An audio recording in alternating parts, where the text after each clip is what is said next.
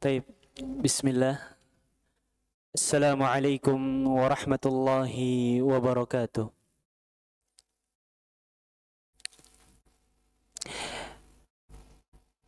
إن الحمد لله حمدا كثيرا طيبا مباركا فيه كما يحب ربنا ويرضى، والصلاة والسلام على رسول الله وعلى آله وصحبه ومن تبعهم بإحسان إلى يوم الدين. وبعد. Puja dan puji syukur kita kepada Allah Subhanahu wa taala atas segala limpahan nikmat dan karunia yang Allah berikan kepada kita.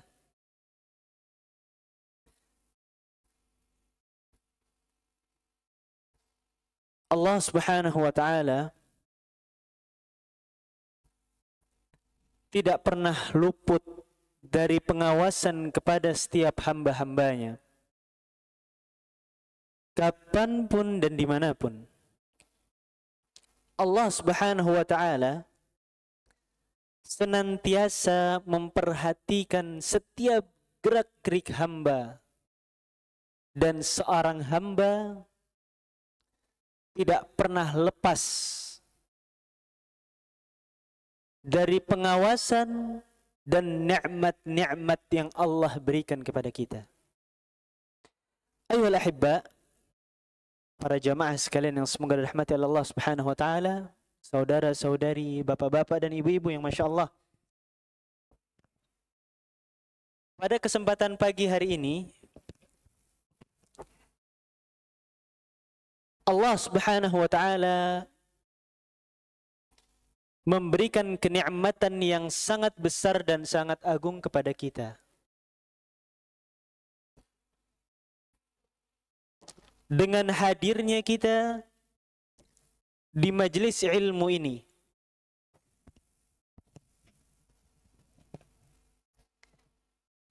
karena betapa banyak dari manusia yang mereka Allah berikan segala macam bentuk kenikmatan. Allah berikan mereka nikmat Islam. Allah berikan kepada mereka nikmat iman. Allah berikan kepada mereka nikmat sehat. Allah berikan kepada mereka nikmat waktu luang. Namun ternyata Allah tidak memberikan nikmat kepada mereka hidayah untuk hadir di majelis ilmu.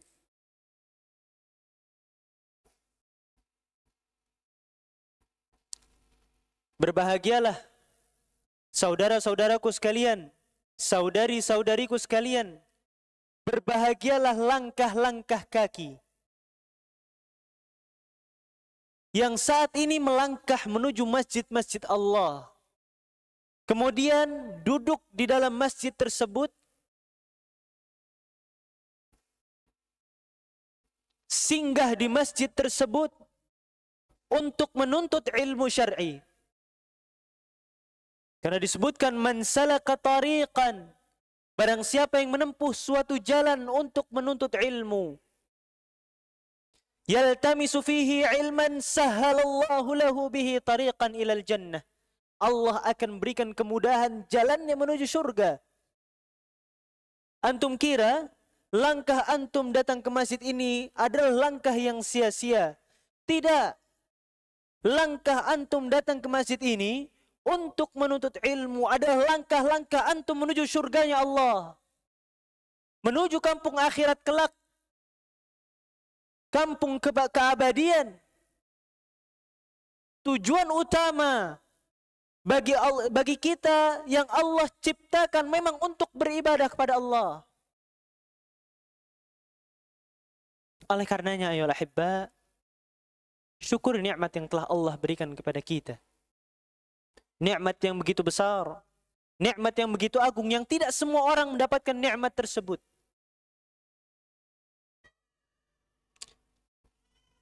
Oleh karenanya wajar kalau Allah Subhanahu wa taala berfirman dalam Al-Qur'an, wa ataakum min kulli ma sa'altumuh.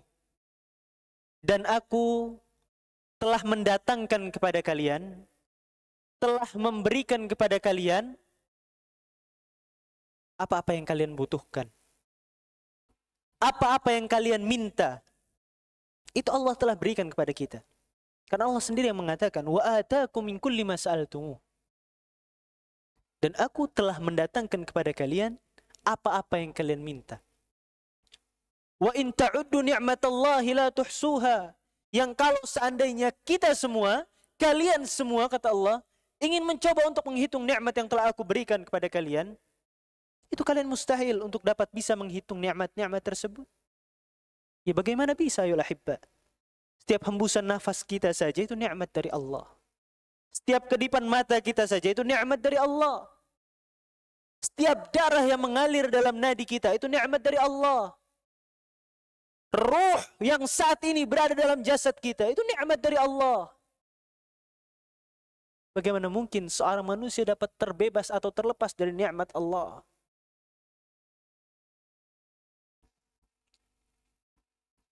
Kemudian di lanjutan ayatnya, innal insana ladzalumun kafar. Sesungguhnya manusia itu senangnya berbuat zalim dan melakukan kekufuran. Wajar kalau Allah sebut manusia itu sebagai orang-orang yang senantiasa berbuat zalim. Bagaimana yang kalau kita saksikan nih, Allah sudah berikan kenikmatan yang begitu banyak, begitu berlimpah. Namun manusia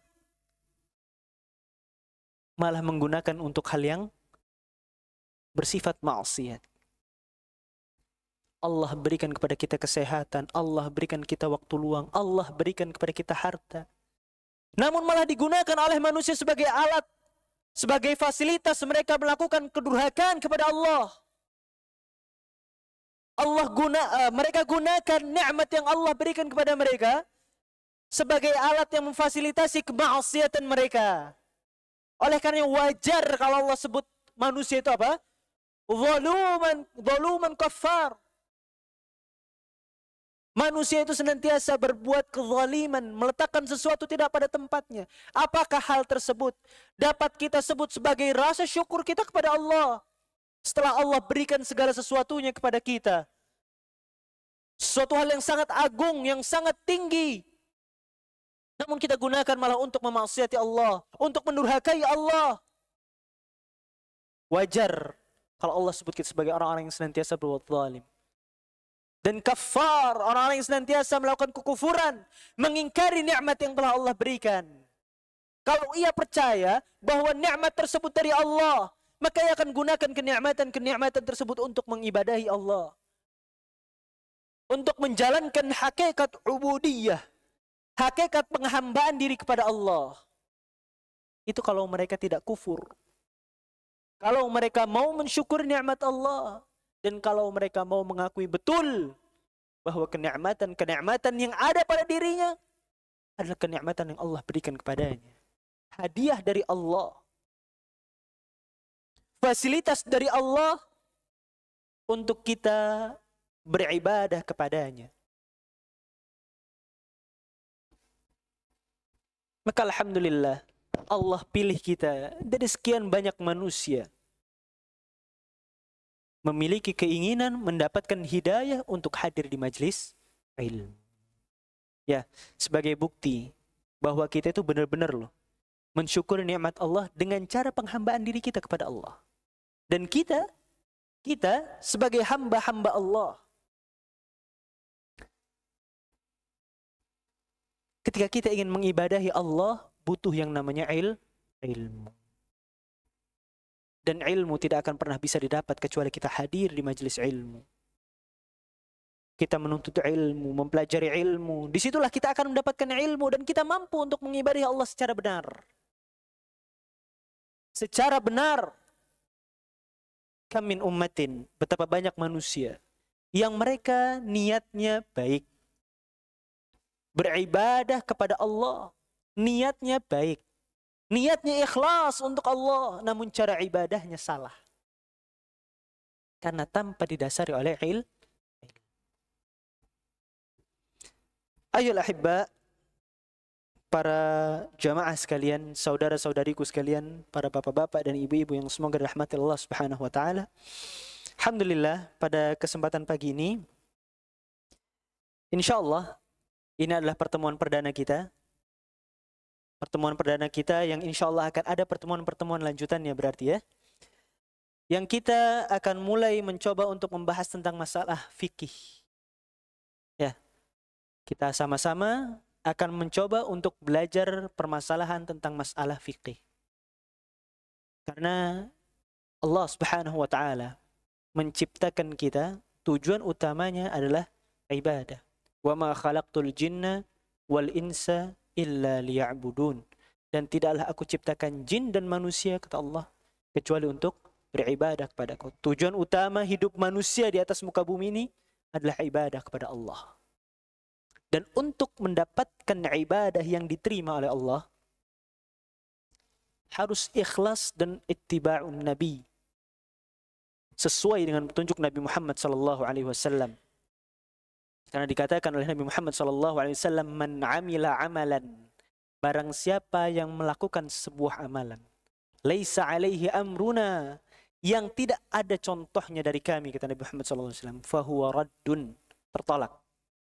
Tertolak amalan tersebut, meskipun amalannya terlihat baik. Ya. Meskipun amalannya terlihat baik. Meskipun terlihat wah itu amalan, terlihat besar, terlihat agung, dan niatnya saleh, niatnya baik, lurus. Namun kalau tidak sesuai dengan apa yang telah digariskan oleh Allah dan Rasulnya, tertolak dan sia-sia.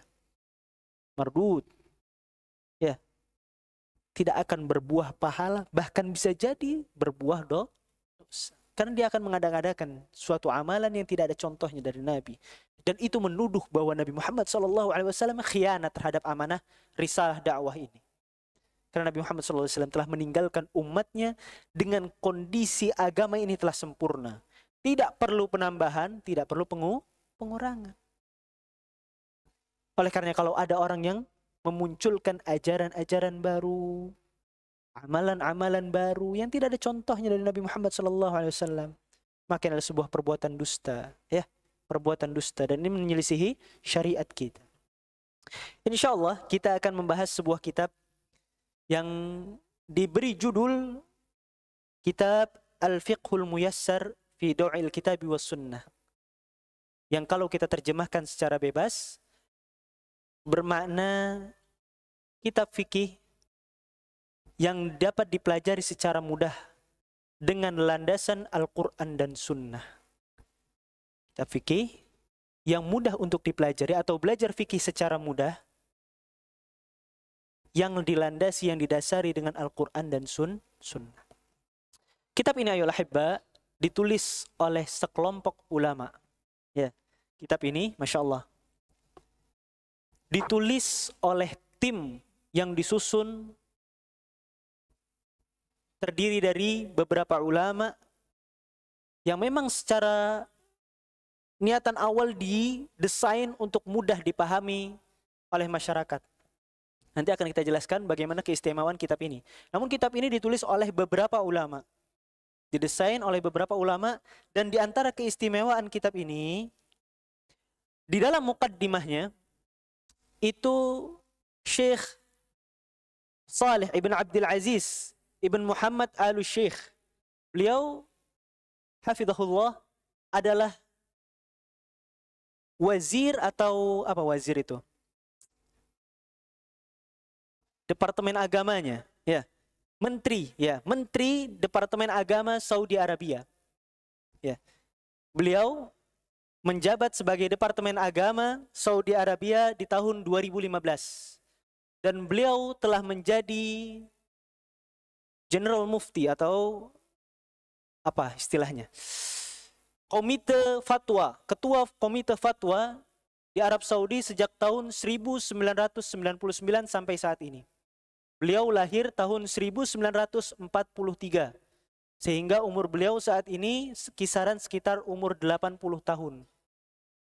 Hafizahullah ta'ala, semoga Allah senantiasa menjaga beliau dan memberkahi umur beliau. Beliau adalah ulama senior, ulama yang masyhur, ulama besar pada abad ini. Beliau adalah Syekh Saleh ibn Abdul Aziz ibn Muhammad al-Syekh. Pembahasan kita pada pagi hari ini, pertama mungkin akan membahas sedikit muqaddimah dari beliau secara ringkas, kemudian muqaddimah dari penerbit, kemudian juga nanti ada beberapa pembuka, pengantar dari pembelajaran fikih ini. Ayolah hibba, jamaah Masjid Al-Hayah, kajian pada pagi hari ini. Sedikit kami ringkas tentang beberapa poin dari muqaddimah yang Syekh Saleh ibn Abdul Aziz tuliskan tentang kitab ini, di muqaddimah kitab ini. Beliau hafizahullah ta'ala setelah memuja dan memuji Allah subhanahu wa ta'ala dalam di awal muqaddimahnya dan bersalawat kepada Nabi Muhammad sallallahu alaihi wasallam, beliau mengatakan al-fiqhu fid din, faqih kepada agama kita dan mentalaah ayat-ayat dan dalil-dalil yang berkaitan dengan agama kita sudah tidak diragukan lagi bagaimana keutamaannya dan kemuliaannya. Bahkan itu menjadi tujuan utama bagi seorang hamba untuk bisa memperdalam agamanya, mengenal agamanya. Agama Islam yang kita sebagai manusia mengaku bahwa diri kita adalah umatnya, umat Nabi Muhammad. Orang-orang yang beragama Islam. Orang-orang yang di KTP kita tuh ditulis agamanya agama Islam. Sudah seharusnya, kata beliau, kita sebagai seorang muslim mengenal agama kita dan mentelaah isi dari agama Islam ini. Kemudian beliau hafizahullah ta'ala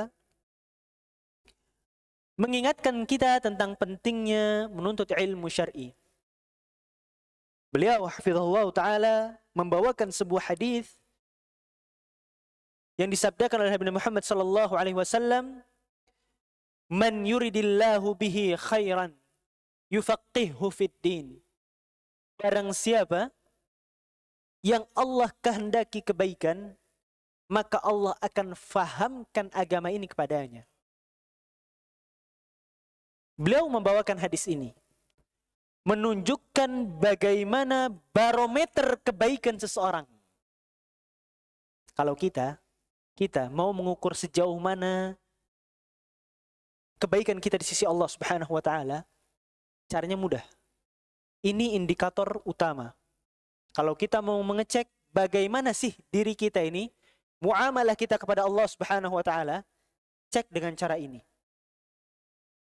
Ketahui sejauh mana kita mengetahui agama kita.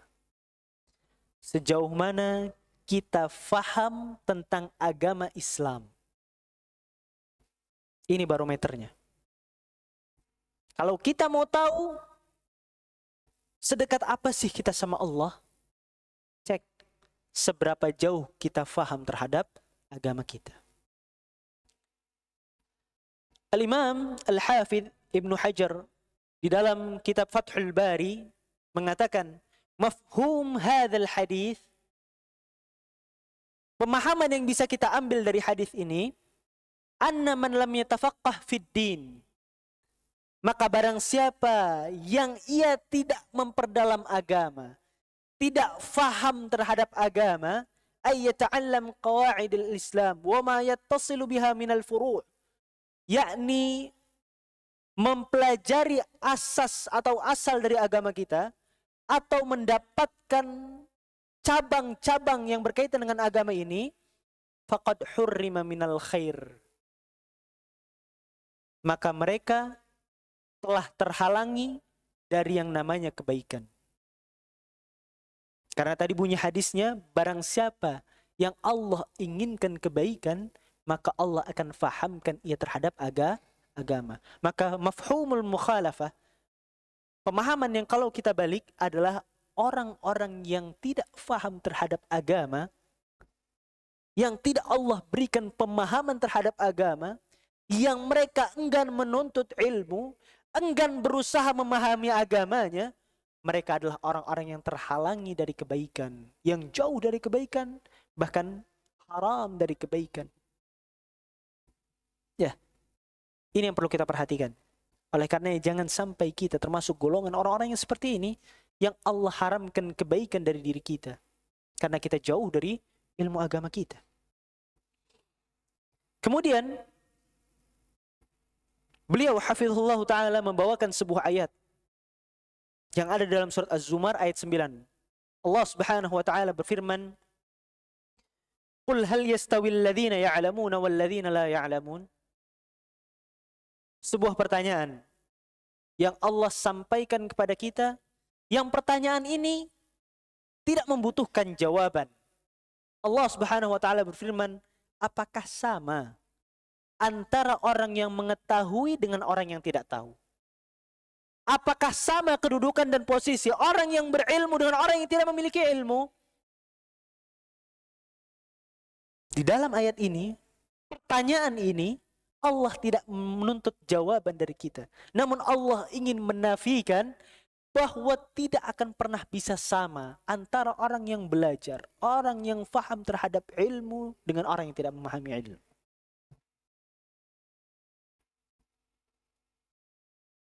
Tidak akan pernah sama.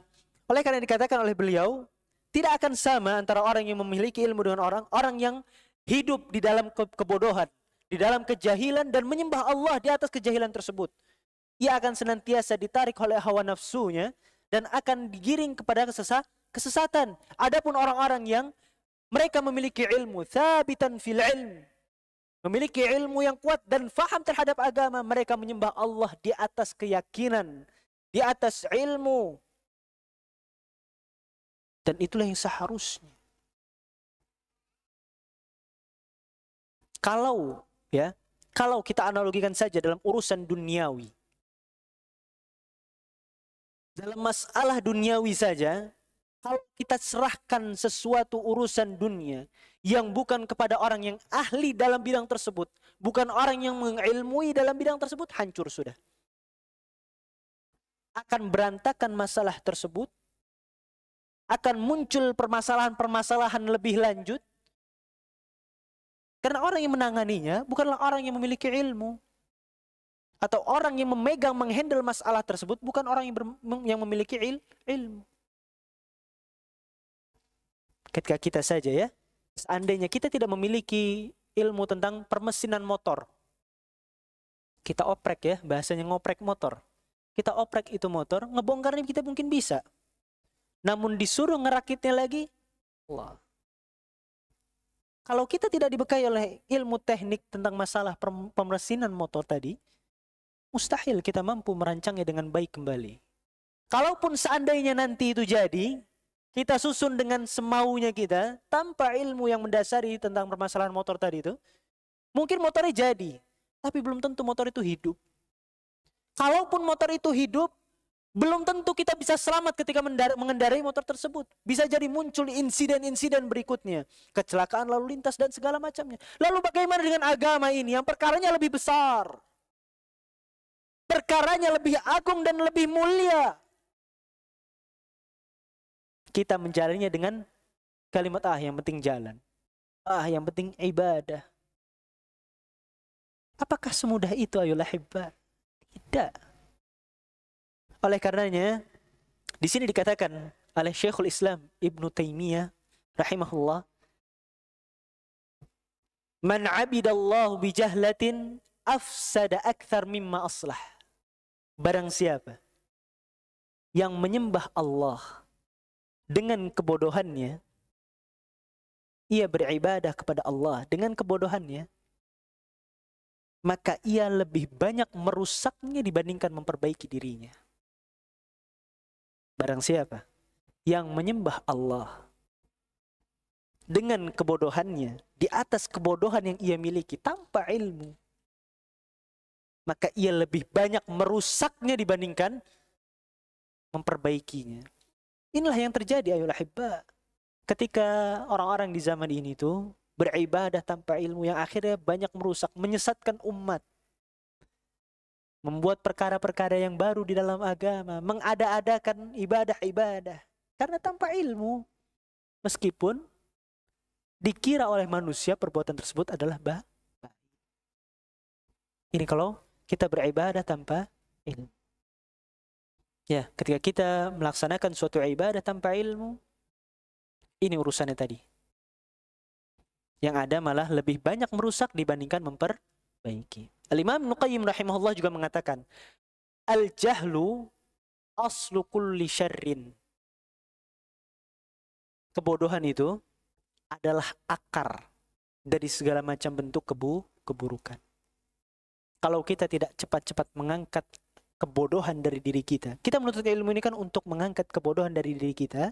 Kemudian kalau sudah terangkat itu kebodohan dari kita, kita bisa membantu saudara-saudara kita yang lainnya untuk mengangkat kebodohan-kebodohan tersebut. Kalau kita tidak buru-buru, maka kita akan terus tertanam, ya, akan semakin mengakar kebodohan tersebut. Dan akar kebodohan ini adalah asas atau asal dari segala macam bentuk keburukan. Ini perkataan Al-Imam Ibnu Qayyim rahimahullahu ta'ala. Kemudian juga ya lahibba, kita sebagai orang-orang yang menuntut ilmu, belajar,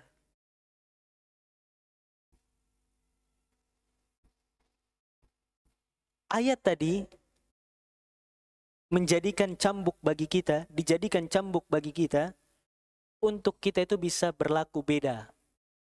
Sebagai orang yang memiliki ilmu harus beda dari orang-orang yang tidak berilmu.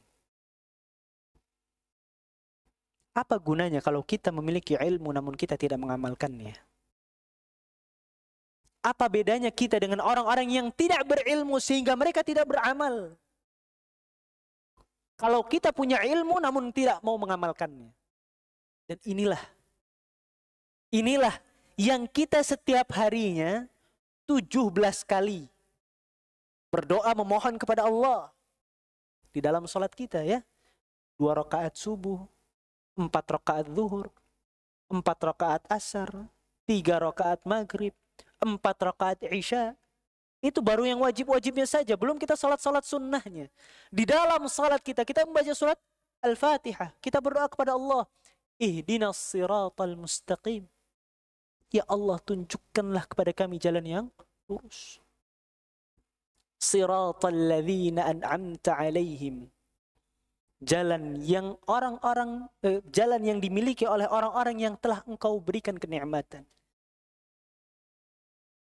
Para ulama tafsir menjelaskan nikmat apa sih yang Allah berikan kepada orang-orang tadi. Para ulama menyebutkan bahwa mereka Allah berikan nikmat ilmu dan nikmat amal. Siratal ladzina an'amta alaihim, jalannya orang-orang yang telah Allah beri nikmat. Nikmat apa? Nikmat ilmu dan nikmat amal. Karena kelanjutan hadisnya. Kelanjutan ayatnya, afwan. Kelanjutan ayatnya, siratal ladzina an'amta alaihim ghairil maghdubi alaihim waladdallin. Bukan jalannya orang-orang yang maghdub, yang dimurkai oleh Allah, atau orang-orang yang dhalin, orang-orang yang tersesat. Nabi Muhammad SAW menafsirkan ayat ini secara langsung. Al-maghdub huwal yahud, wad-dhalin huwan nasara. Al-maghdub adalah orang-orang Yahudi, dan ad-dhalin, orang-orang yang tersesat, adalah orang-orang Nasrani. Kenapa Allah murka terhadap orang-orang Yahudi? Karena mereka memiliki ilmu namun tidak mengamalkannya. Orang-orang Yahudi memiliki ilmu, memiliki pengetahuan terhadap agamanya namun mereka tidak mengamalkannya. Wan nasara ad-dhalin, Allah katakan bahwa mereka adalah orang-orang yang tersesat. Karena mereka beramal tanpa ilmu. Oleh karena para ulama menafsirkan tadi, orang-orang yang diberi nikmat tadi adalah orang-orang yang diberikan nikmat ilmu dan amal. Oleh karena ya ahibba, ya, di awal muqaddimah kitab ini saja, Syekh Saleh Ibn Abdul Aziz memompa semangat kita lagi untuk menuntut ilmu. Karena pentingnya ilmu bagi kehidupan kita. Tadi kalau kita sebutkan di awal bagaimana kita mensyukuri nikmat Allah, di antaranya kita hadir di majelis ilmu dan menuntut ilmu. Dan manusia itu ayolah hibba, Allah jadikan fitrah manusia, ya, Allah jadikan fitrah manusia itu mencintai kenikmatan. Betul tidak? Ya. Allah itu menjadikan fitrah kita sebagai manusia cinta kepada kenikmatan. Dan manusia itu fitrahnya kalau mendapatkan kenikmatan inginnya ditambah. Oleh karena dikatakan oleh Nabi Muhammad SAW, manusia itu kalau sudah dapat satu lembah emas, ahabba an yakuna wadiyan, pinginnya punya 2 lembah. Dan itu terus. Kalau sudah punya 2 lembah, akan nambah lagi pinginnya punya 3 lembah. Terus. Dan tidak akan pernah bisa manusia puas sampai mulutnya diisi dengan tanah. Maksudnya apa? Sampai manusia itu wafat. Dan memang ayolah ahibba, ketika kita mendapatkan kenikmatan dari Allah dan kita mensyukurinya, Allah berjanji akan berikan tambahan. La in syakartum la azidannakum. Kalau seandainya kalian mensyukuri nikmat yang telah aku berikan, aku akan berikan tambahan. Wala in kafartum inna adzabi lasyadid. Kalau seandainya kita kufur atas nikmat tersebut, maka sesungguhnya azab Allah sangatlah pedih. Nah, ayuhal ahibba,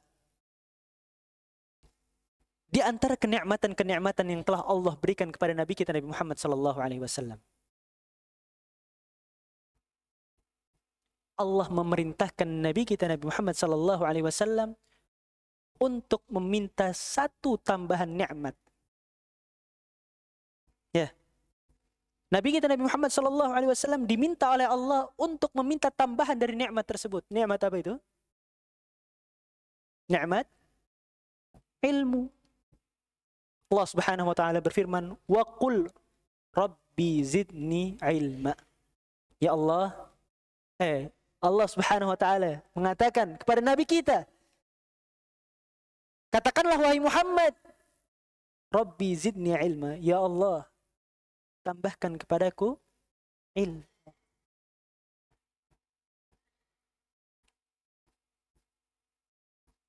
Sekelas Nabi Muhammad ayolah ahibba, yang ilmunya tidak kita ragukan lagi. Yang risalah kenabian melalui lisan beliau sallallahu alaihi wasallam. Namun Allah perintahkan untuk meminta tambahan ilmu. Bagaimana ilmu ini adalah nikmat yang sangat besar. Kalau kita mah kalau mendapatkan nikmat dikasih uang, dapat rizki, ya kita minta sama Allah tambahan nikmat. Ketika kita mendapatkan nikmat makanan, kita minta tambahan nikmat kepada Allah, ya. Dapat nikmat istri yang salehah, ya, minta tambahan lagi lah. Minta tambahan lagi lah antum. Hati-hati ya. Apalagi nih pasangan-pasangan muda yang milenial nih, hati-hati dengan pertanyaan istrinya. Kalau sampai nanti istrinya bertanya, abang bersyukur enggak punya adik, katanya gitu ya. Kalau antum menjawab katanya, oh abang bersyukur. Terus kalau abang bersyukur berarti abang minta tambahan, katanya. Wes, nah, ribut antum. Ya. Hati-hati ya. Jawab lagi, enggak dek, gitu ya. Abang bersyukur dan berharap tambahan kesalehan adik, gitu ya. Ya, kita memohon kepada Allah Subhanahu wa taala untuk senantiasa ditambahkan kepada kita ilmu yang bermanfaat. Oleh karenanya Nabi Muhammad sallallahu alaihi wasallam mengajarkan kita dalam zikir pagi dan petang disunnahkan kita berdoa, Allahumma inni as'aluka ilman nafi'a wa rizqan thayyiba wa amalan mutaqabbal. Kita minta tambahan ilmu. Karena tadi kalau kita mengamalkan suatu amalan yang tanpa didasari oleh keilmuan, tanpa didasari oleh ilmu yang sahih, keamalan kita akan tertolak. Kemudian ayolah ahibbat, di dalam muqaddimah ini yang bisa kami ringkas bahwa Syekh menyebutkan tentang keistimewaan kitab ini. Di antaranya keistimewaan kitab ini, pertama, dari sisi penyusunannya. Dari sisi penyusunannya, kitab ini disusun atas perintah dari pemerintah Arab Saudi secara langsung. Ya, pemerintah Saudi Arabia memerintahkan secara langsung kepada Departemen Agama mereka Dan akhirnya Departemen Agama ini mengumpulkan para masyayikh, para ulama untuk menyusun kitab ini. Sehingga kitab ini tidak main-main disusunnya.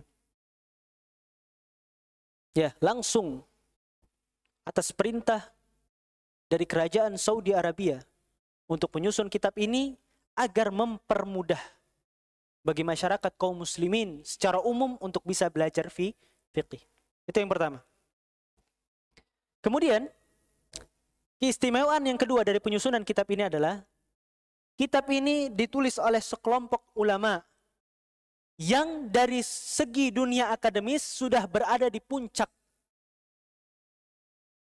tingkatan. Ya. Yang menulis kitab ini semuanya profesor, doktor, yang dari segi akademis sudah berada di puncak tertinggi dari tingkatan akademis. Meskipun titel seseorang atau gelar seseorang itu tidak menjamin kebenaran yang disampaikan. Ya. Namun berkaitan dengan hal ini menunjukkan bahwa mereka, para ulama, para masyayikh yang menulis kitab ini, beliau inilah orang yang benar-benar melalui tahapan-tahapan belajar sehingga mereka sampai kepada titik tertinggi dari tingkatan akademis.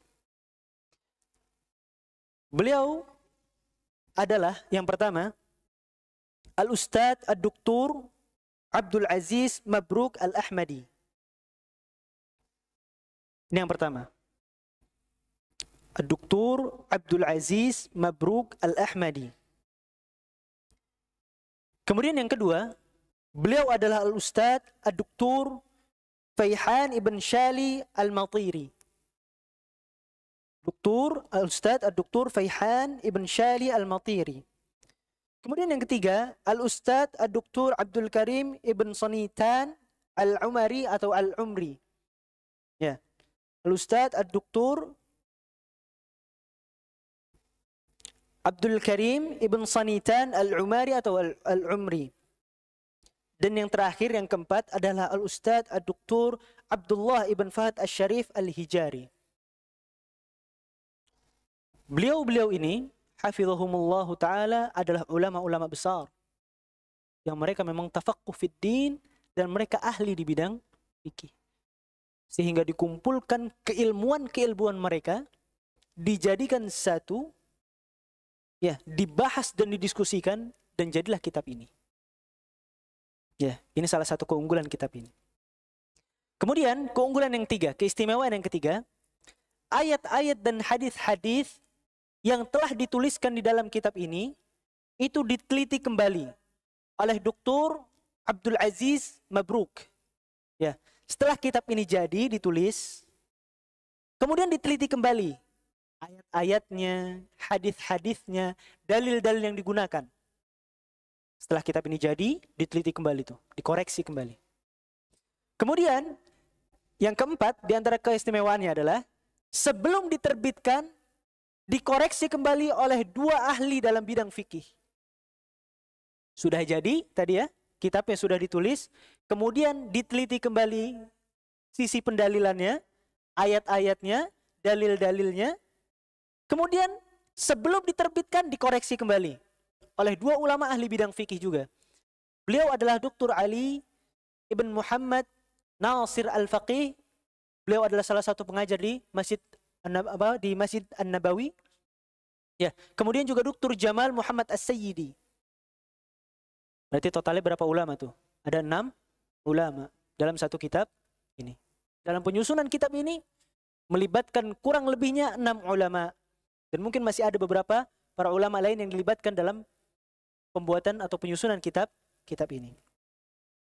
Kemudian keistimewaan yang lain, yang kelima, di dalam penyusunan kitab ini dicetak oleh lembaga resmi percetakan Arab Saudi yang ditunjuk oleh pemerintah secara langsung. Ya, yang percetakan ini adalah salah satu percetakan terbaik di dunia. Ya, kelasnya sudah kelas dunia.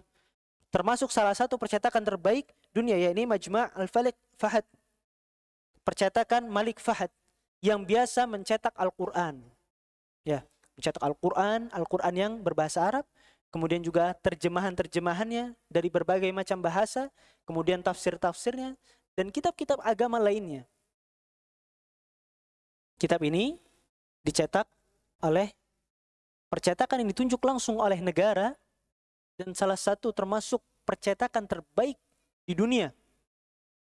Dan memang langsung dibimbing oleh Departemen Agama Arab Saudi.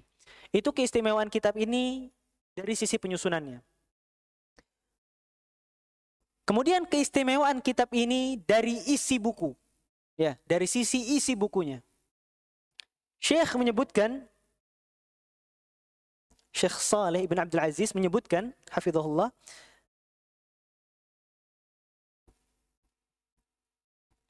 At-tahari yang pertama, at-tahari al-baligh fi sihhatin ma tubna alaihi al-ahkam al-fiqhiyah min ahadith wa athar fi kulli mas'alah. Usaha yang maksimal yang dicurahkan oleh para ulama tersebut di dalam memastikan kesahihan hadis dan asar yang ada dalam kitab ini. Ya, keistimewaan yang ada dalam kitab ini adalah para ulama tadi, ya, yang kurang lebihnya 6 ulama tadi, itu benar-benar mencurahkan usaha yang sangat besar untuk bisa memastikan hadis-hadis yang ada atau asar-asar yang ada, dalil-dalil yang ada di dalam kitab ini itu sahih. Sehingga memudahkan kita sebagai pemula, sebagai penuntut ilmu pemula, untuk lebih mudah yakin, merasa tenang dan tidak perlu capek-capek lagi mengoreksi apakah hadis ini sahih atau tidak. Ya, insya Allah setelah usaha yang begitu besar yang dicurahkan oleh para masyayikh, para ulama tadi, mereka meyakinkan bahwa hadis-hadis yang ada dalam kitab ini itu sahih. Ini keistimewaan yang pertama. Yang kedua, wuduh ibaratih wa yusru uslubih.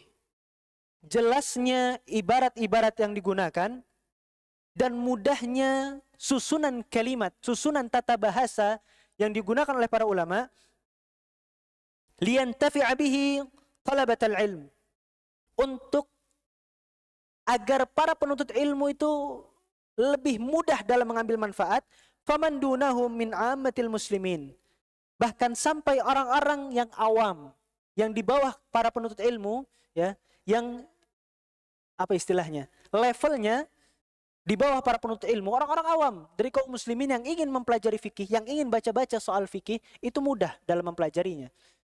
Karena beliau-beliau sudah berusaha semaksimal mungkin menggunakan ibarat-ibarat yang mudah dipahami dan tata-tata bahasa yang lebih enak untuk bisa kita tangkap permasalahan-permasalahannya. Kemudian yang ketiga, syumuluhu wa isti'abuhu li jami'il abwab al-fiqhi wa masailihi allati laysa li muslimin ghinan anha. Ketercakupan buku ini meliputi seluruh bab fikih yang permasalahannya itu dimulai dari permasalahan yang terpenting di dalam agama ini yang sangat dibutuhkan oleh kaum muslimin. Kitab ini disusun dengan metode bahwa yang diambil itu adalah hal-hal yang paling penting, yang paling urgent untuk diketahui oleh kaum muslimin.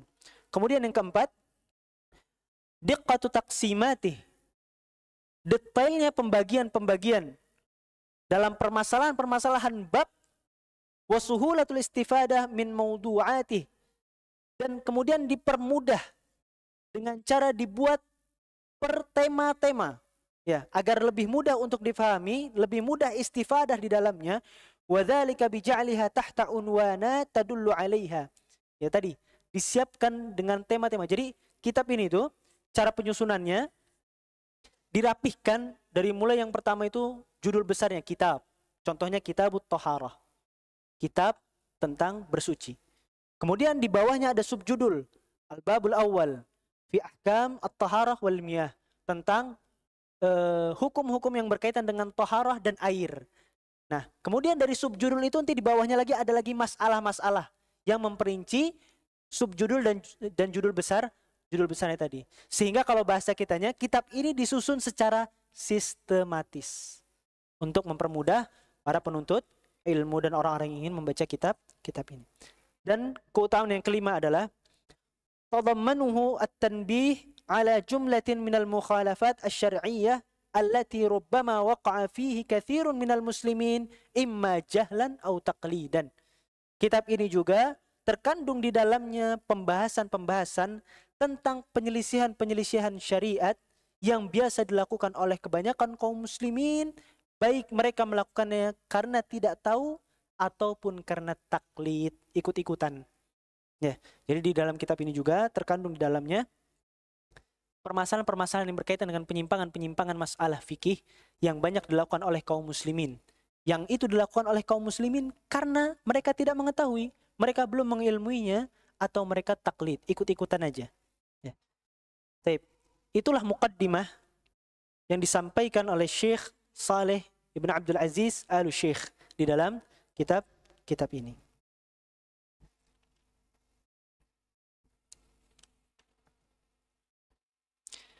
Kemudian ada yang namanya khuttatul amal.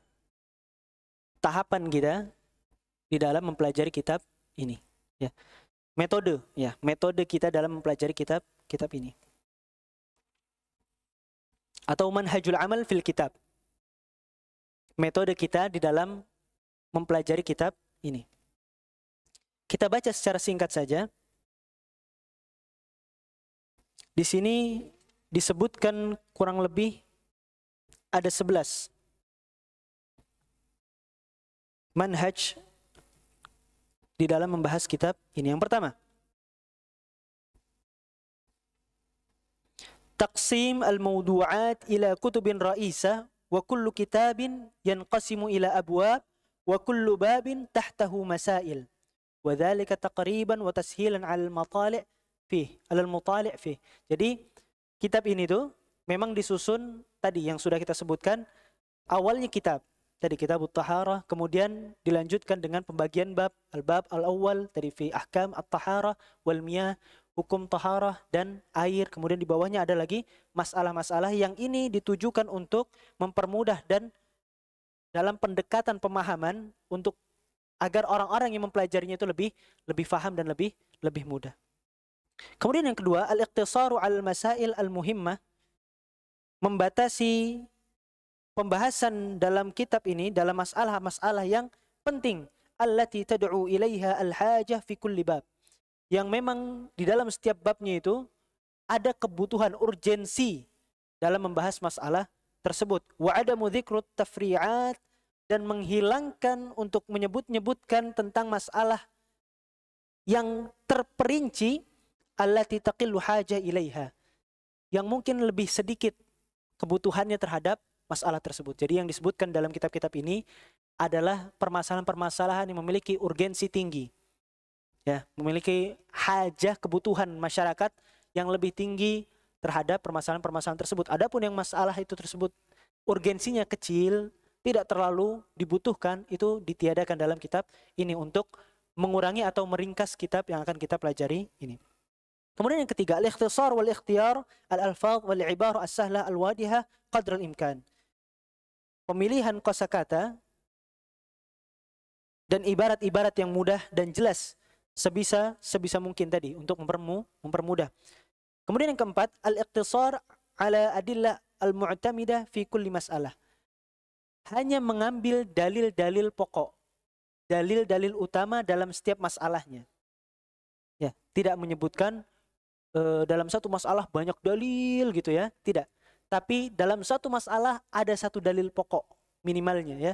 Diambil dalil pokoknya saja agar kita tidak terpusingkan dengan banyaknya nanti dalil.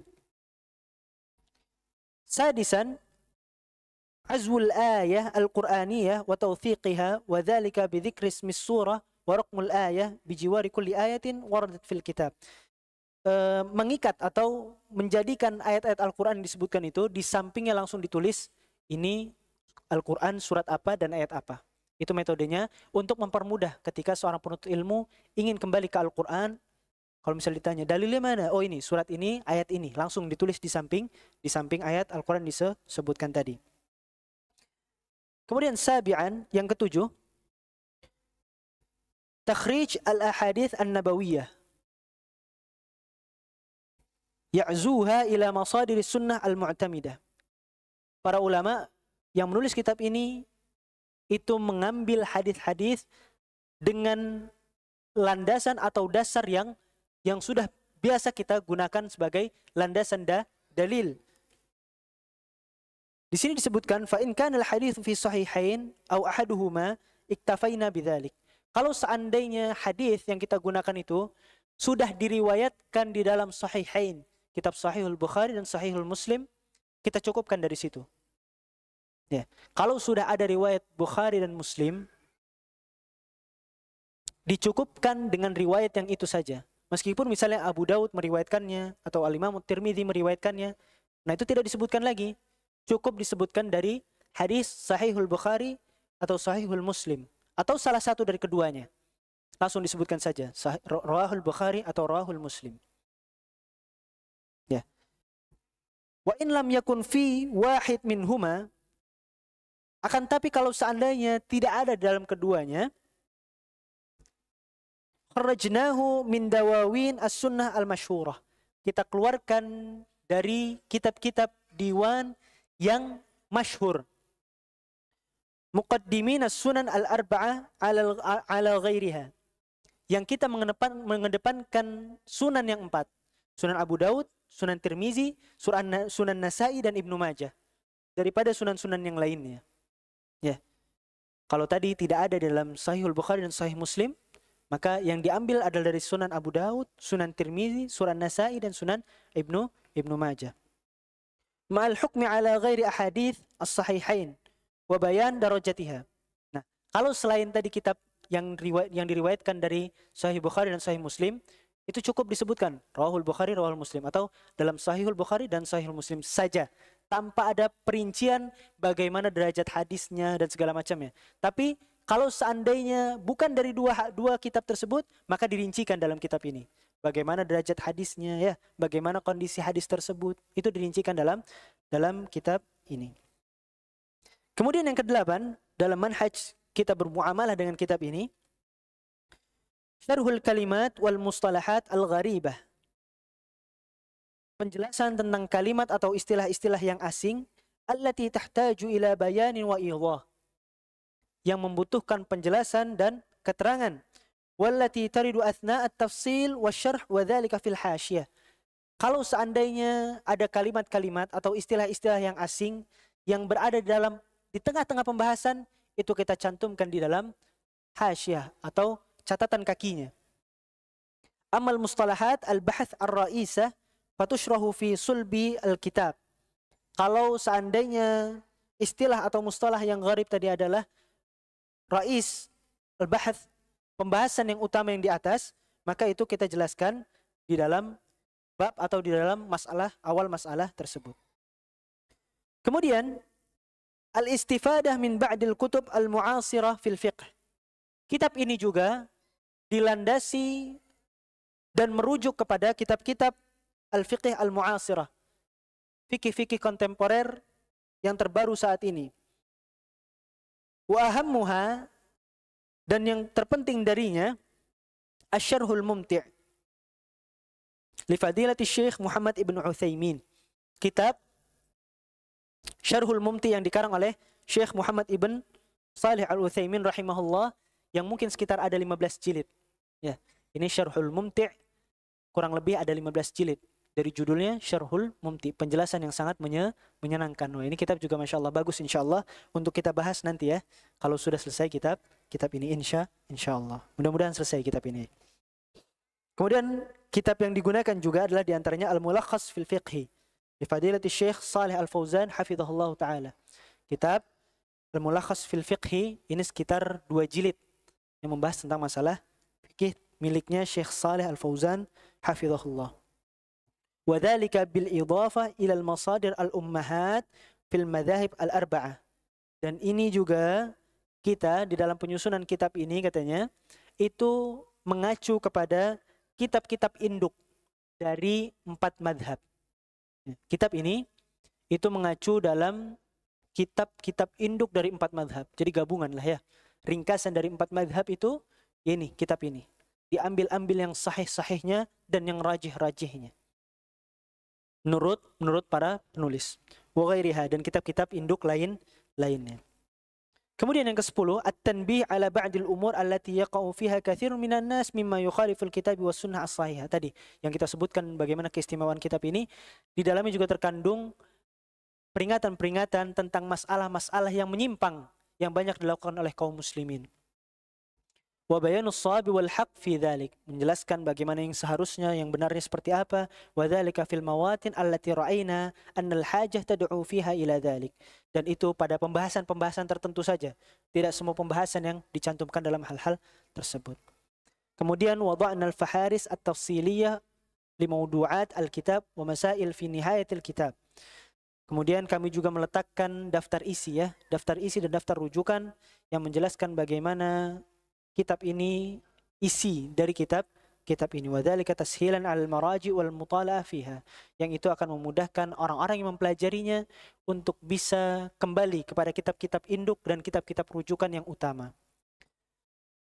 Ayolah ahibba, itulah muqaddimah yang tercantum dalam kitab Al-Fiqh Al-Muyassar fi Dhaw'il Kitabi was Sunnah. Kemudian kita akan coba masuk ke tamhid atau pengantar sebelum kita mempelajari tentang fiqih. Yang pertama, at-tamhid dalam kitab ini,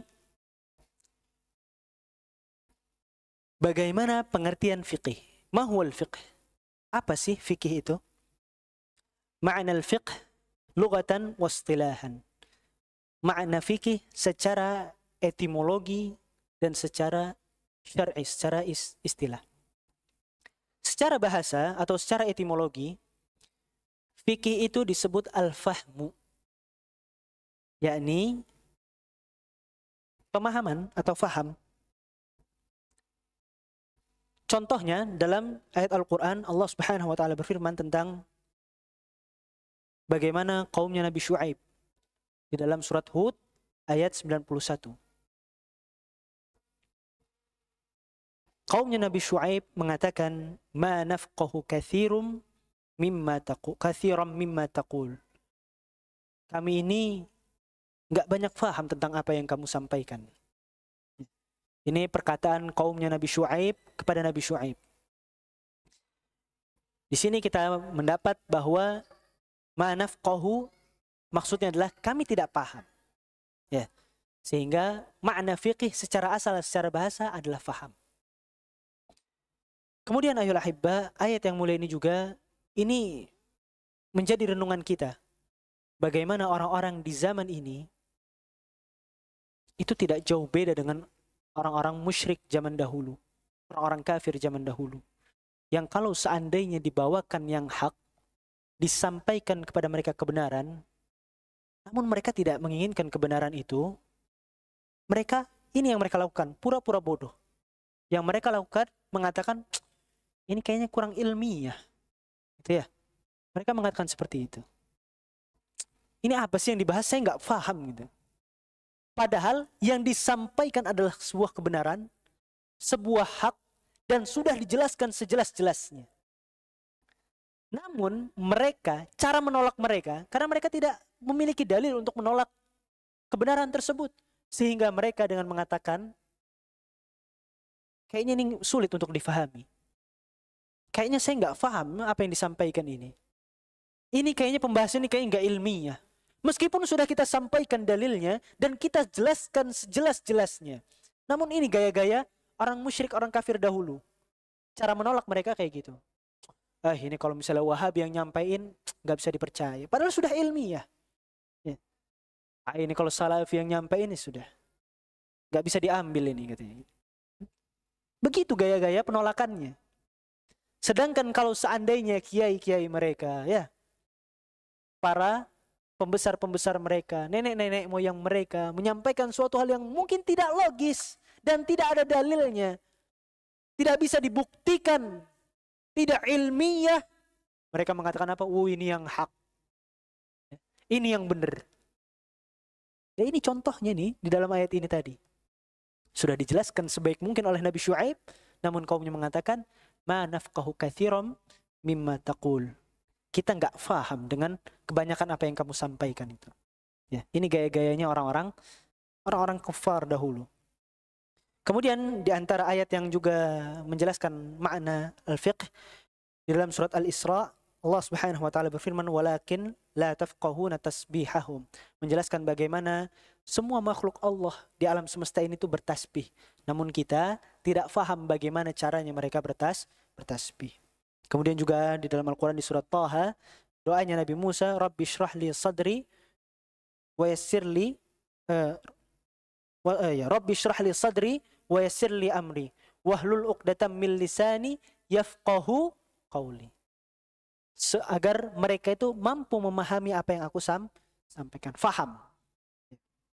Namun kalau kita teliti dari segi bahasa, al-fiqhu itu lebih dalam maknanya dibandingkan sekedar al-fahmu. Makna fiqh itu pemahaman bukan yang hanya sekedar faham saja.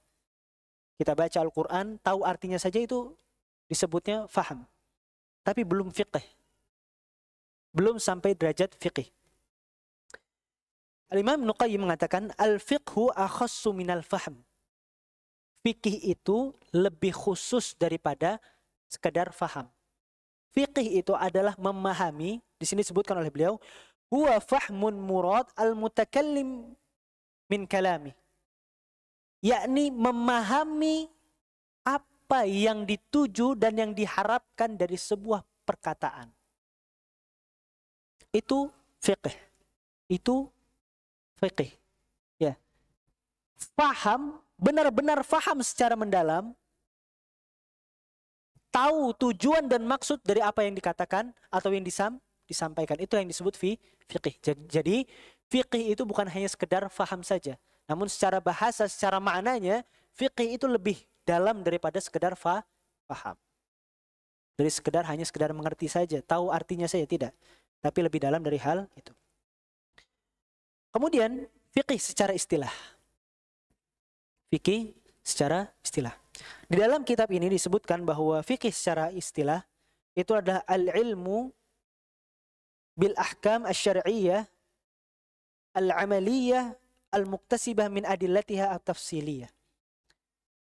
Fikih itu adalah ilmu tentang suatu hukum syar'i. Ini dalam kitab ini ya, di dalam kitab ini disebutkan bahwa fikih itu adalah ilmu tentang suatu hukum syar'i, hukum-hukum syar'i yang berkaitan dengan amal peribadatan yang diambil dari dalil-dalil secara terperinci.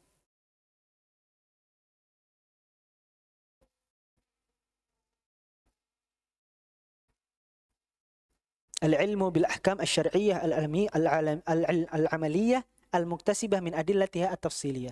Kalau dalam kitab Al-Usul min Ilmi al-Wusul karya Syekh Muhammad Ibn Shalih Al-Utsaimin disebutkan bahwa ilmu itu adalah ma'rifatul ahkam asy-syar'iyyah al-amaliyah bi adillatiha at-tafsiliyah. Kurang lebih sama.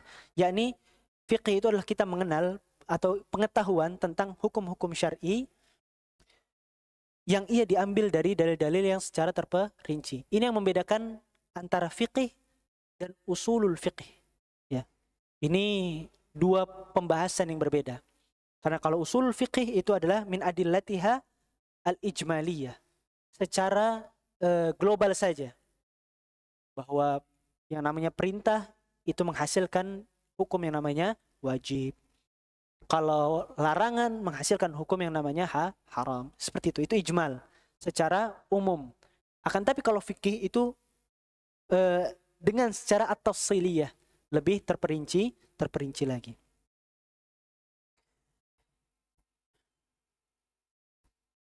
Kemudian kita akan mengetahui sumber dasar dari fikih. Apa sih sumber atau asas dari fikih itu? Tentunya yang pertama ya ahibba, masdarul fiqh. Asas dari fikih itu adalah Al-Quran Al-Karim. Itu yang pertama. Al-Quranul Karim. Sebab sudah Allah Subhanahu wa taala jelaskan, "Dzalikal kitabu la raiba fihi hudan lil muttaqin." Al-Quran itu sebagai petunjuk ya bagi kita, pedoman hidup bagi kita semua, bagi umat manusia. Kemudian yang kedua adalah hadis yang sahih. Sumber dasar dari fikih yang pertama adalah Al-Quran, yang kedua adalah hadis. Hal ini berdasarkan dari sabda Nabi Muhammad SAW, taraktu fikum amrain. Aku meninggalkan kepada kalian dua perkara. Lan tadillu ma tamassaktum bihima. Yang kalian tidak pernah akan tersesat kalau kalian berpegang teguh kepada keduanya. Apa itu? Kitabullahi wa sunnah. Al-Quran dan hadis-hadis atau sunnah-sunnah Nabi Muhammad sallallahu alaihi wasallam. Inilah yang wajib kita ikuti, ayolah hibah. Yang wajib kita ikuti di dalam masalah fikih itu adalah Al-Quran dan sunnah. Agama kita tidak mewajibkan penganutnya untuk mengikuti madhab. Tidak wajib. Ya, agama kita tidak mewajibkan untuk mengikuti madhab. Boleh mengikuti madhab, namun tidak wajib. Agama kita tidak memerintahkan hal tersebut, tidak mewajibkan hal tersebut. Yang diwajibkan adalah mengikuti Al-Quran dan sunnah. Dan memang a'immah madhab, Hambali, Maliki, Hambali, Abu Hanifah, Hanafi, dan kemudian Imam Syafi'i, semuanya imam madhab itu mereka tidak mewajibkan kaum muslimin untuk mengikuti diri-diri mereka, tidak. Mereka tidak pernah mengatakan bahwa kita wajib untuk mengikuti mereka, tidak. Dan seperti inilah muamalah kita kepada guru-guru kita. Muamalah kita kepada guru-guru kita jangan sampai kita jadikan sebagaimana muamalah kita kepada Nabi kita, Nabi Muhammad sallallahu alaihi wasallam. Nabi Muhammad sallallahu alaihi wasallam maksum. Ya, tidak salah dan tidak keliru. Namun para guru-guru kita, ulama-ulama kita mungkin bisa terjatuh dalam kesalahan. Sehingga mereka mengatakan bahwa tidak pernah ada yang mewajibkan satupun dari 4 ulama madhab yang mewajibkan para pengikutnya untuk mengikuti mereka, tidak. Tidak ada. Bahkan Imam Syafi'i rahimahullah mengatakan idza sahhal hadits fahuwa madhhabi. Apabila ditemukan suatu hadis yang sahih, maka itulah madhabku. Oleh karena wajar kalau kita temukan banyak sekali dari para murid-murid al-imam madhab yang 4 itu, murid-muridnya secara langsung, itu mereka berbeda pendapat dengan guru-guru mereka. Ini suatu hal yang wajar. Kalau seorang murid berbeda pendapat dengan gurunya, karena mungkin menurut gurunya hal tersebut adalah yang paling sahih. Namun ternyata muridnya mencoba belajar dengan yang lain, bermutalaah, kemudian mencari ternyata ada yang lebih sahih. Sehingga berpendapat berbeda dengan gurunya. Maka ini tidak masalah. Ya, suatu hal yang wajar. Karena para ulama juga manusia yang mereka bisa salah. Sehingga jangan sampai kita jadikan guru-guru kita bermuamalah dengan guru-guru kita seolah guru kita itu adalah Nabi Muhammad SAW yang maksum. Tidak. Kalau guru kita salah, ya sudah salah. Nasihati ia, tegur ia, diskusikan permasalahan tersebut. Jangan malah taklid buta. Ngekor saja bagaimana gurunya. Gurunya salah, ngekor saja. Tidak seperti itu. Oleh karenanya ini juga pesan buat kita, ya. Kalau seandainya apa yang Anda sampaikan di sini nantinya, karena permasalahan fikih ini permasalahan luas. Kalau kita ibaratkan ini sebagai lautan yang tidak bertepi, ya, permasalahan fikih ini masalah luas. Apalagi banyak ikhtilaf di dalamnya, ya. Sehingga yang akan kita bawakan ini adalah nanti kitab ini.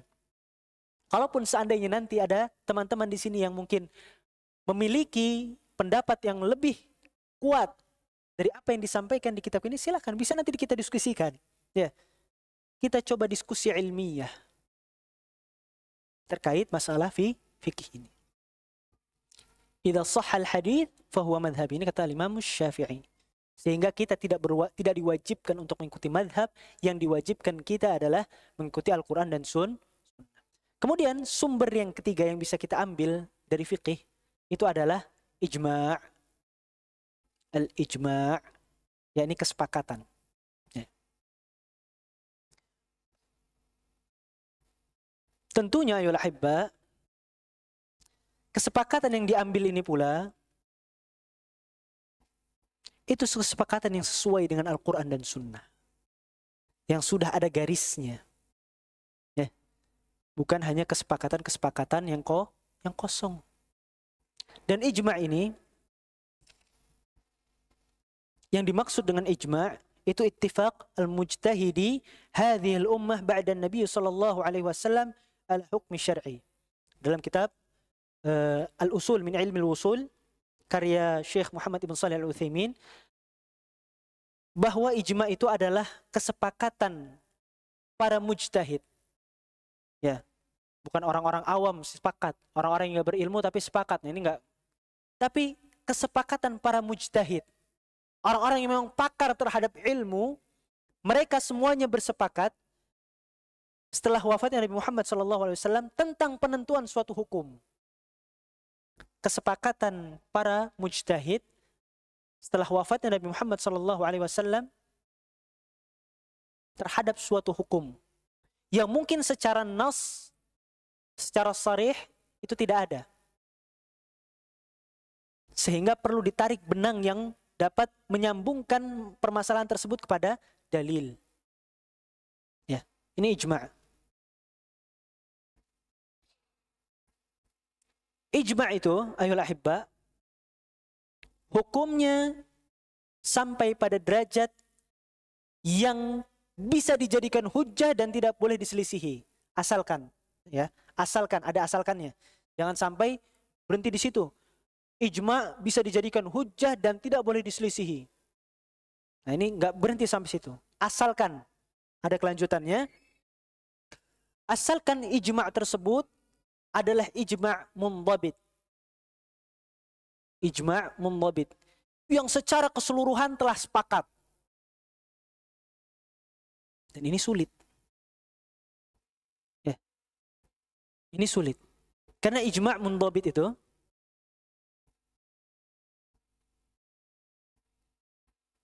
halnya bisa terjadi di zaman 3 generasi. Zamannya para sahabat, zamannya para tabi'in, dan zamannya para tabi'ut tabi'in. Nah, ijma' 3 generasi ini itu insya Allah mundhabit, yang bisa dijadikan hujjah dan tidak boleh diselisihi. Kalau setelah zaman mereka itu sulit. Karena apa? Karena jumlah para ulama, jumlah para mujtahid itu sudah sangat banyak dan tersebar. Sehingganya adanya ijma' di zaman-zaman ini tuh adanya ijma' sukuti. Ijma' yang kalau sudah ada fatwa tentang kesepakatan hal tersebut, ulama-ulama yang lain, yang dunia, ulama dunia lainnya itu diam dari ijma' tersebut. Ya. Tidak sampai pada derajat mundhabit, sulit. Ya.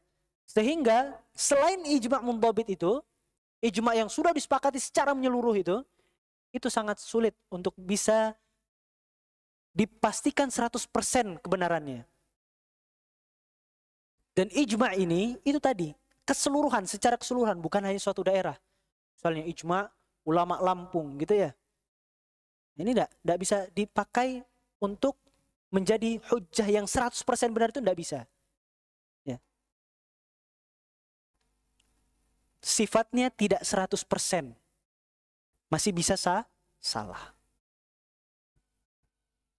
Kecuali tadi 3 generasi. Kemudian juga yang mungkin bisa kita hukumi secara 100% adalah memang yang telah diketahui hukumnya di dalam Islam. Kesepakatannya hukumnya dalam Islam. Ini contoh. Tentang masalah perkara sholat 5 waktu. Nah, ini ijma' para ulama bahwa hukumnya wajib. Dan itu sudah jelas. Di dalam agama kita, jelas hukumnya itu sholat 5 waktu wajib. Nah, ini bisa dipastikan keabsahannya 100%. Adapun selain yang 2 tadi, selain yang telah dijalurkan oleh agama Islam secara jelas, secara sharih, atau kesepakatan yang mundhabit tadi, ijma' yang mundhabit tadi, 3 generasi tadi, nah itu ijma'nya tidak sampai, kebenarannya sampai 100% itu tidak. Kepastian benarnya itu tidak sampai 100%. Masih ada majal ikhtilaf di situ. Masih ada tempat perselisihan di situ. Wallahu ta'ala a'lam. Itu berkaitan dengan masalah ijma. Yang kalau seandainya kita bahas itu akan lebih panjang lagi di masalah usul atau masalah ya usul usul fiqih. Dalil dalam penggunaan ijma ini Allah Subhanahu wa taala berfirman, "Wa may yushaqiqir rasula min ba'di ma tabayyana lahul huda wa yattabi' ghayra sabilil mu'minin nuwallihi ma tawalla wa nuslihi jahannam wa sa'at masira."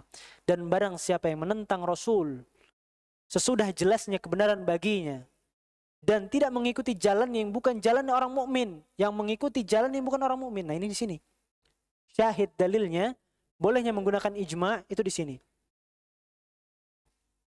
Menggunakan jalurnya yang telah ditetapkan oleh orang-orang mukmin. Ini ada dalil bolehnya kita menggunakan ijma. Dalil ayat ini ada dalam Al-Qur'an surat An-Nisa ayat 115. Kemudian hadis Nabi Muhammad SAW tentang ijma juga, innallaha la yajma'u ummati 'ala dhalalah. Allah tidak mengumpulkan umatku, tidak menjadikan ijma' di dalam umatku di atas kesesatan.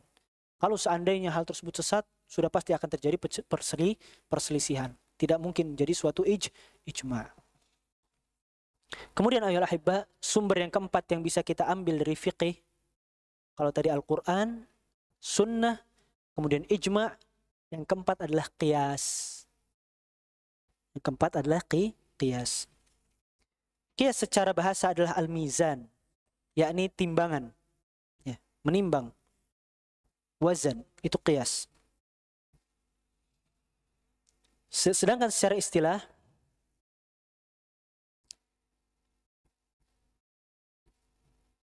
taswiyatu far'i bi asl, menyamakan suatu hukum yang cabang dengan hukum yang asal.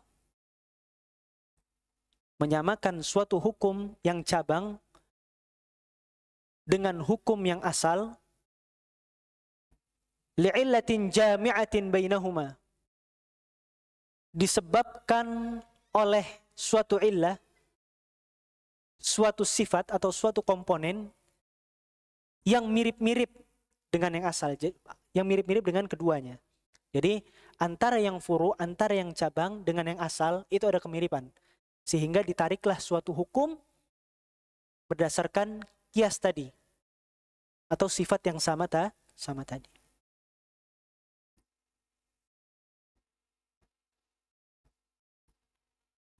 Contohnya di dalam masalah qiyas ini adalah tentang jenis khamr yang ada di zaman dahulu dan zaman sekarang. Ya. Tidak ada tuh dalil yang menjelaskan bahwa apa sih itu? Merek-merek khamr yang zaman sekarang lah gitu, atau narkoba zaman sekarang itu haram hukumnya. Secara nas, secara dalil itu tidak ada. Namun kalau kita tarik, maka ini sama, muskir, yang berkaitan dengan memabukkan, ya, kecubung gitu ya, buah kecubung. Tidak ada dalil yang menjelaskan bahwa buah kecubung itu haram, tidak. Namun ditarik dari situ, dikiaskan dengan khamr yang memabukkan. Kullu muskirin haram. Yang memabukkan adalah haram. Ini kias. Dan memang tidak semua permasalahan itu dapat dikiaskan. Harus ada tadi li'illatin jami'atin bainahuma. Harus ada sebuah sifat atau sebuah illah yang memang mirip-mirip dengan hukum asalnya. Ini adalah rukun qiyas. Harus ada yang sama dari kedua hukum tersebut. Dan kemudian juga qiyas itu tidak boleh menyelisihi ijma' dari 3 generasi. Ijma' yang sudah ada dalam 3 generasi sahabat, tabi'in, tabi'ut tabi'in. Kalau sudah ada ketetapan hukumnya, maka qiyas tidak bisa menggoyahkan ijma' tersebut.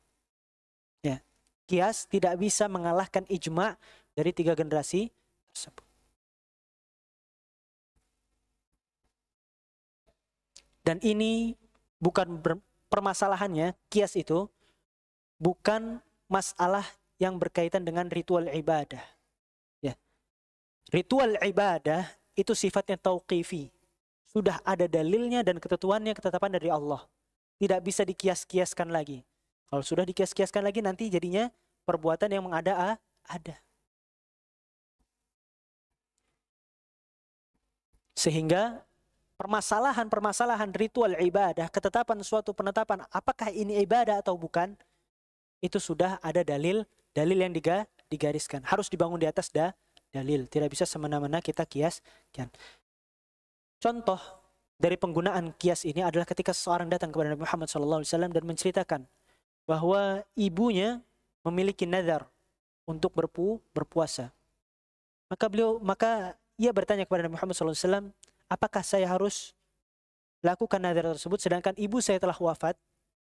Maka Nabi Muhammad SAW mengkiaskan, bukankah kalau seandainya ibu memiliki hutang kepada seseorang, engkau akan membayarnya? Ya, bukankah kalau seandainya ibu memiliki hutang kepada seseorang, engkau akan membayar hutang tersebut ketika ia telah wafat? Fadainullahi ahaqqu bih. Maka hutang kepada Allah itu lebih berhak untuk ditunaikan. Nah, ini kias. Ya, kiasnya Nabi antara hutang atau nazar dia kepada Allah, beliau SAW kiaskan sebagaimana hutangnya seseorang kepada orang lain. Makanya dalil bolehnya kita menggunakan kias. Sudah jam 11.45 ya, insyaallah. Kita akan coba lebih ringkas lagi. Bagaimana pembahasan berikutnya adalah tema pembahasan fikih. Apa saja sih yang dibahas dalam fikih? Di dalam fikih itu ayolah hibba,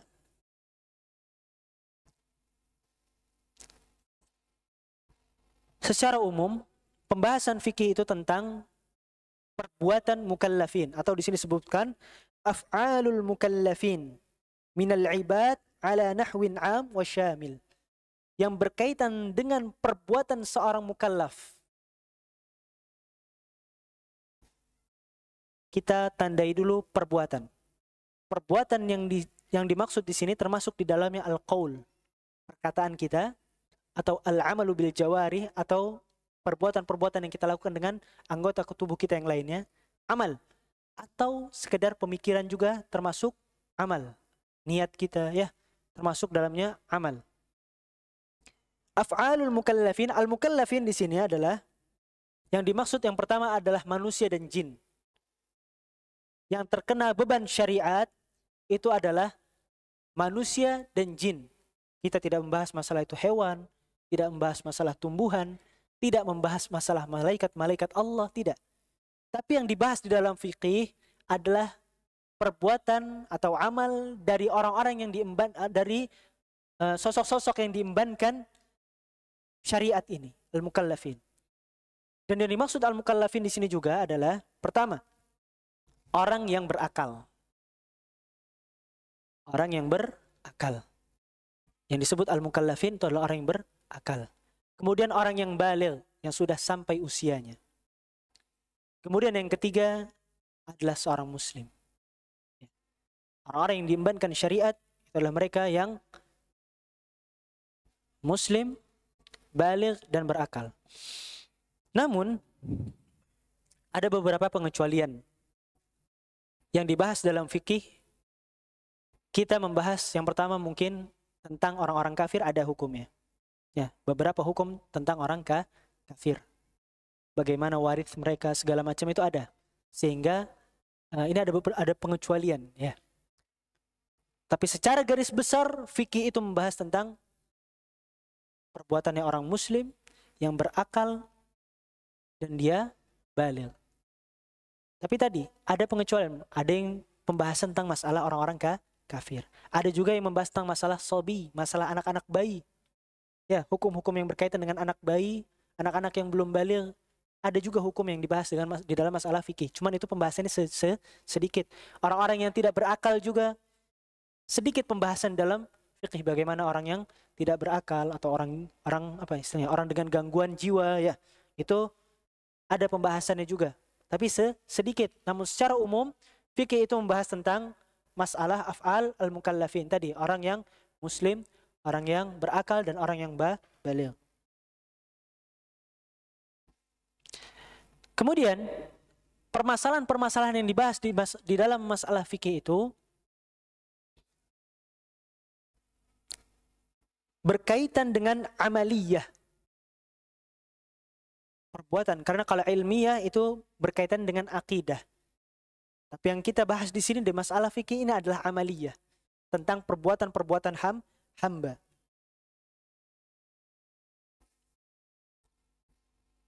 Bahkan di sini juga dijelaskan bahwa yang dimaksud dari af'al itu juga adalah al-uqud, akad-akad yang terjadi, wa tasarrufat, dan tindakan-tindakan atau pola hidup seseorang. Itu termasuk pembahasan dalam masalah fikih.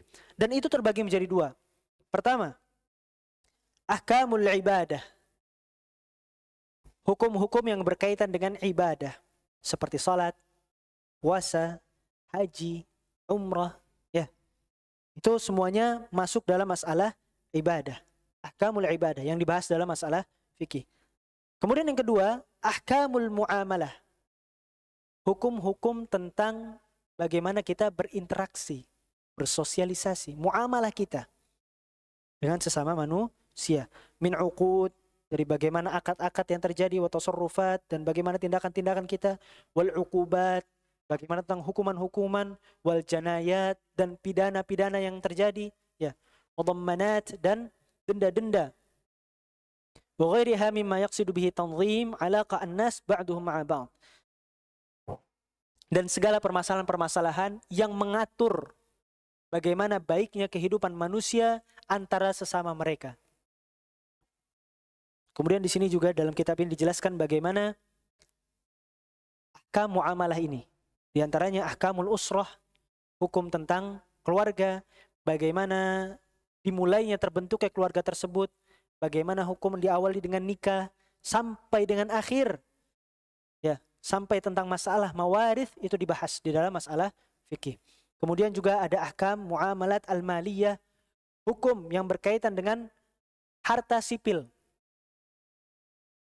yang dia muta'alliqah berkaitan dengan bimuamalatil afrad, dengan transaksi individual ataupun wa mubadalatihim, atau perputaran perekonomian di situ, minal bai' wal ijarah, dari jual beli ataupun sewa menyewa, bahkan syarikah wa nahwiha, atau corporation atau perserikatan, ya, perserikatan itu ada hukum-hukumnya dibahas di masalah fikih.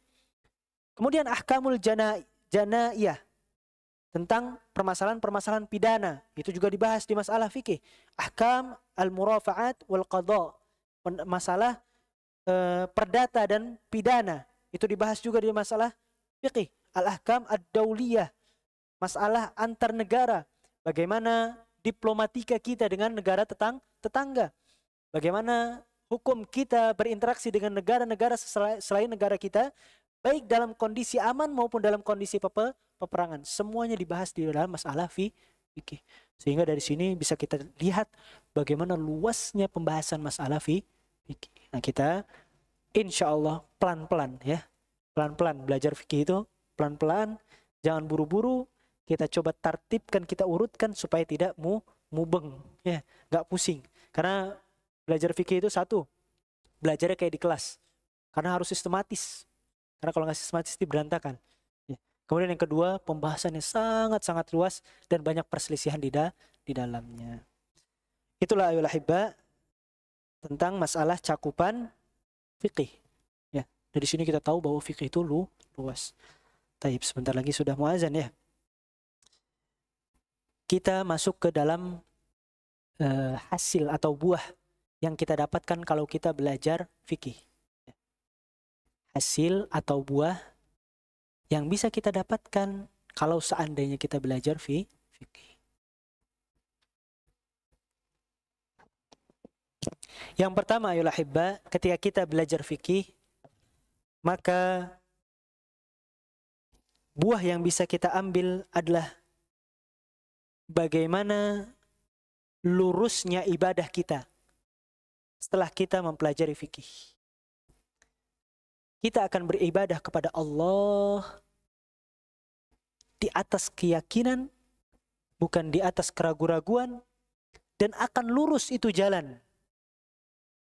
Tidak sebagaimana orang-orang yang bimbang dan bingung ketika ia melaksanakan suatu ibadah tapi tanpa keilmuan terhadap fikih. Kemudian di antara buah yang bisa kita ambil juga ketika kita belajar masalah fikih akan mendatangkan kelembutan pada hati kita.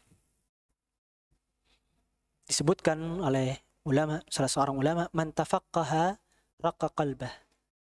Kalau nggak salah ini perkataan Imam Syafi'i rahimahullah. Barang siapa yang memahami agama, yang bertafaqquh atau yang mempelajari fikih, maka akan lembut hatinya. Mengapa demikian? Karena ayol ahibba, ini permasalahan yang sering kita temukan. Tidak sedikit dari teman-teman kita, ikhwah-ikhwah sekalian, yang menjadikan masalah fikih ini sebagai masalah yang sifatnya prinsipal. Yang kalau, jadi gini, ketika dia sudah mendapatkan suatu pendapat, kemudian dia menemukan saudaranya atau temannya mengambil pendapat yang lain, yang sebenarnya pendapat ini, masalah ini itu adalah masalah al-fiqhi al-ijtihadi, al-mukhtalaf fiha. Masalah fikih yang sifatnya ijtihadi dan memang ada majal ikhtilaf, ada perselisihan di dalamnya. Namun mereka menjadikan hal tersebut sebagai suatu yang sifatnya prinsipal, sehingga menyalah-nyalahkan saudara yang lainnya. Ini hati-hati. Ini yang mencoreng nama baik dakwah kita. Ketika ya kita mengambil pendapat bahwa salat yang tahiyatnya tahiyatnya satu kali, salat 2 rakaat ya, atau salat witir dengan cara iftirash. Ya, dengan cara iftirash. Kemudian kita ada orang yang mendapatkan saudaranya duduk tahiyatnya dengan cara tawarruk. Kemudian langsung kita vonis, ini bukan ahlus sunnah, ini bukan salafi, ini katanya gitu ya. Ini hati-hati, bahaya. Masa iya dia mengatakan bahwa Imam Syafi'i bukan seorang ahlus sunnah, sedangkan mazhab al-Imam Syafi'i duduknya tawarruk, tidak iftirash. Nah, kalau kita belajar fikih, kita tahu tuh bagaimana perselisihan-perselisihan yang terjadi. Yang memang di situ ada majal, ada kondisi yang memang ada perselisihan di situlah. Di situ kita bisa lebih melembutkan hati, lebih berlapang dah. Jangan sampai tadi seperti contoh ikhwan yang kita sebutkan tadi ya. Baru ngeliat yang kayak gitu langsung, antum kenapa nggak digerak-gerakkan jarinya? Bos, antum bukan salafi. Nah ini akhirnya mencoreng nama baik dakwah. Dan mencoreng nama baik para asatidzah kita, para guru-guru kita. Seolah-olah guru kita mengajarkan hal yang seperti itu. Padahal tidak. Dianya saja yang kurang belajar. Faedah yang bisa kita ambil kalau kita belajar fikih, di antaranya tadi, akan lembut hati kita. Ya, akan lembut hati kita. Dan tadi, ya, yang diperselisihkan itu adalah masail al-fiqhiyah. Masail. Permasalahan-permasalahan. Bukan usulul masail. Bukan asal dari permasalahan tersebut. Tapi masalah-masalah ya. Al-fiqhiyah, al-ijtihadiyah. Yang memang sifatnya ijtihadi. Dan al-mukhtalaf fiha. Terkandung di dalamnya permasalahan. Tapi kalau seandainya di situ bukan permasalahan ijtihadi. Permasalahan asas. Dan memang tidak ada majal ikhtilaf di situ. Maka ini juga tidak bisa kita ambil, ya, tidak bisa kita ambil. Salah satu contohnya, perkataan Al-Imam Malik. Siapa yang tidak kenal Imam Malik ya? Masya Allah. Bahkan beliau adalah tadi yang punya mazhab Maliki. Al-Imam Malik, rahimahullah, beliau mengatakan, dan ini terbukti dalam kitab beliau, kitab Al-Muwatta, karya Al-Imam Malik di nomor 228 dalam juz yang pertama. Beliau mengatakan bahwa puasa 6 hari di bulan Syawal itu tidak ada dalilnya.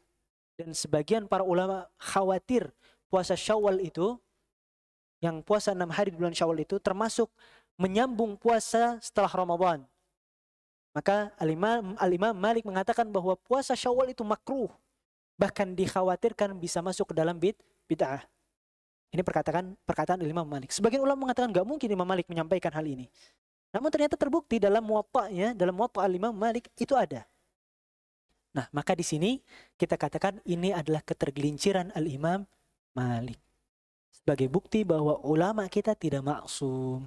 Dan kita harus bermuamalah kepada mereka tidak sebagaimana kita bermuamalah kepada Nabi Muhammad sallallahu alaihi wasallam. Ya, ini salah satu contohannya. Baik. Sebenarnya ada beberapa nasihat berkaitan dengan belajar fikih ini. Yang pertama, ya Al-Hibbah, ini kita singkat saja. Ya, kita cukupkan permasalahan yang ada dalam kitab ini. Nasihat ketika kita belajar fikih tadi yang pertama, kita harus ikhlaskan niat kita, ya. Innamal a'malu binniyat. Bagaimana kita belajar fikih itu harus ikhlas niatnya. Bukan untuk menyombongkan diri, bukan untuk berbangga-bangga, bukan untuk sekedar jidal sebagai bahan untuk kita jidal itu? Berdebat, kusir. Karena Nabi Muhammad SAW mengatakan aswa'un nas. Aswa'un nas, bagaimana hadisnya? Aswa'ur rijal asyadduhum bil jidal. Seburuk-buruk manusia itu adalah mereka yang paling keras di dalam masalah berdebat. Ya, jangan jadikan ilmu fiqih yang kita ambil ini itu sebagai bahan debat kusir. Bukan cari kebenaran, malah cari pembenaran. Ya, seperti itu ya. Kita harus ikhlas, kita belajar fikih agar ibadah kita itu jadi lurus. Kita beribadah di atas keyakinan dan di atas hak. Itu yang bisa kita ambil dari fikih. Sehingga kita harus ikhlas niatnya untuk Allah dan untuk mengangkat kebodohan. Kemudian yang kedua, jangan pula kita fanatik terhadap madhab atau metode belajar dari suatu ulama atau suatu syekh. Kita ambil kaidahnya, kita hafal kaidahnya, kita ambil pendapatnya, namun kita tidak taklid buta. Tidak taklid buta. Seolah-olah apa yang disampaikan oleh syekh kita adalah yang terbaik dan paling baik. Yang lain sesat, yang lain dhalalah. Tidak seperti itu, ya. Tapi kita juga harus melihat dari sisi pendalilan. Bagaimana kok bisa beliau mengambil pendapat ini, beliau mengambil pendapat ini. Kita lihat bagaimana kita preteli itu. Dari mana sisi pendalilan yang lebih menenangkan hati dan lebih sahih. Ya, dan ini memang perlu ilmu alat lainnya seperti usul fiqih, qawaidul fiqih, dan masih banyak lainnya dari matan-matan fiqih yang lainnya.